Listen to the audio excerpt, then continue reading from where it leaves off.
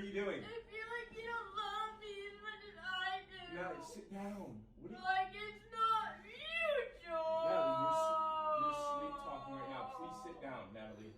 Natalie, what are you doing? Relax.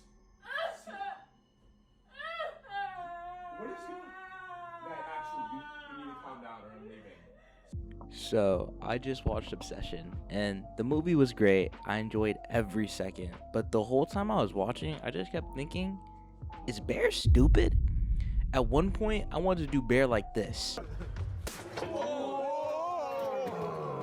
But then I thought, if I was in the same situation, would I do better? So this is how I would survive Obsession, which shouldn't be hard because Bear was making the worst decisions I've seen in a horror movie in a long time. Obviously, spoilers ahead, so if you haven't watched Obsession, go watch that, John. Effective immediately. Now, none of this would have happened if he would have just taken his shot when Nikki asked if he liked her. Instead, this man shot a straight airball. Now, if this is me, I'm going home to call up the homies and tell them how I just fumbled. But Bear went ahead and made the wish. And if you ever watch Fairly Odd Parents, you know one of the rules is you can't interfere with true love or creative. So since I already knew ball, I'm not making that kind of wish. So bam, whole movie avoided. That's it. That's the end.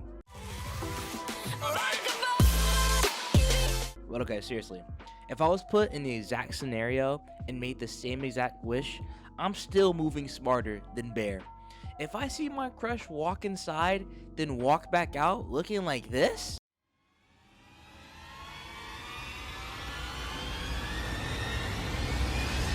my spider sense is going off immediately. But Bear is ignorant. He starts to think life is sunshine and rainbows, so he doesn't notice anything. Now, I know the saying that love makes you blind and all that, but this dude must have been Helen Keller because he was actively ignoring every sign. First, he finds out that Nikki lied about her dad having cancer, and she starts tweaking when he brings it up. But at this point, Bear finds out that he made the wish happen. Like, it was because of his wish that she's acting like this. So, in this situation, what are you doing?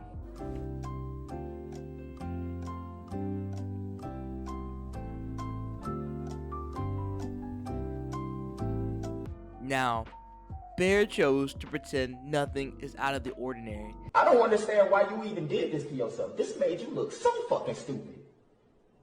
This shit make you look so stupid. And that's when weird stuff starts happening.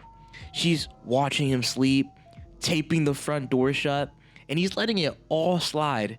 But no amount of love could make me turn a blind eye to feeding me my dead cats. The fact that Bear was talking about it's an inside joke and he's actively throwing up and then going back home to explain to Nikki that it isn't okay like she's some toddler, Bear is trash.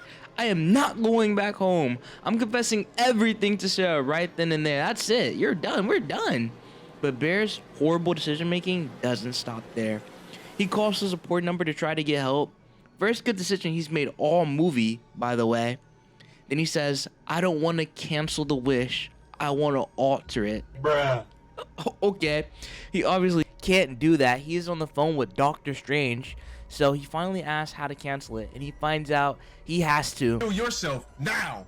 Now, if I'm in Bear's shoes at this point, I know what has to be done. But that's easier said than done.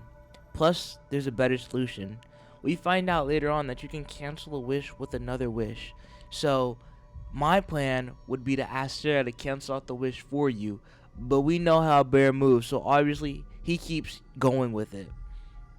At this point, his friends are getting suspicious of him, so they ask him to go out to a boys' night.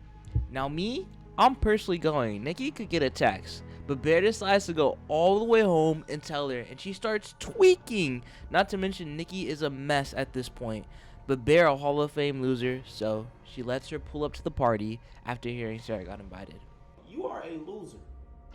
Simple. Accept it. Move on.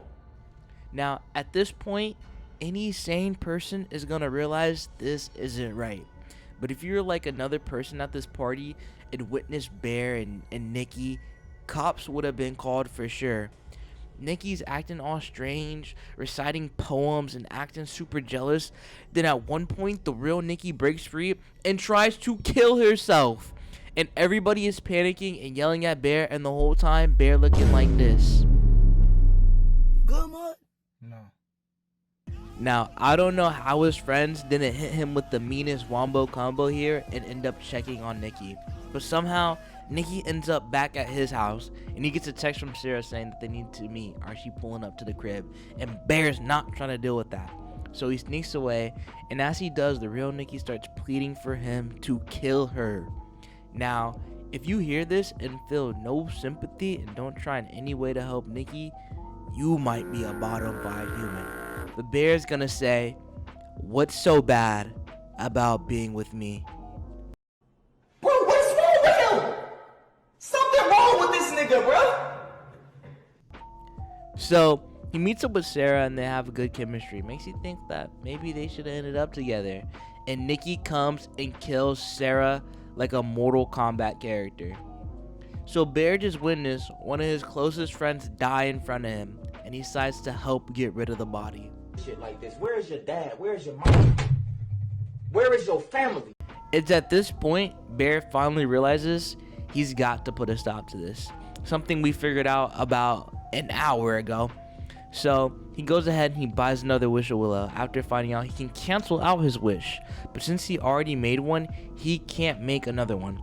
So now this is where Sarah would have came in, but she's dead. So luckily he has his other friend Ian. Now Ian's been suspect of him this whole time, and he pulls up covered in blood and now finally decides to explain everything and starts begging for his help and for him to make the exact wish. Now obviously Ian is not convinced, which makes sense at this point, and he wishes for what anybody would have wished for, which is $1 billion, and it starts raining from the sky. Now Bear only has one option left. Now he has one last Wish-A-Willow, and I personally thought he was gonna go ask Nikki to do it because Nikki would do anything for him, but instead he chooses to kill himself only after Ian came over talking about, "I got $1 billion. Like, yes bro, we know, we saw that happen, you should have took your money and bought something with it." Instead he immediately gets hit with the headshot with perfect aim. So Bear's done. He's forfeiting. He tries to shoot himself but can't. So he's going out like his cat and starts taking a bunch of pills. It takes about 2 seconds before he tries to go back on his decision, but Nikki uses her wish to make Bear love her back, and he ends up dying in Nikki's arms and freeing Nikki to a bunch of trauma and probably a criminal record. Thanks, Bear. So as you can see, Bear might be one of the worst decision makers I've ever seen in a horror movie, but the acting from everybody in this movie was great. As a matter of fact, you know, the whole production was great, and this is one of the best horror movies this year. Alright, I'm out.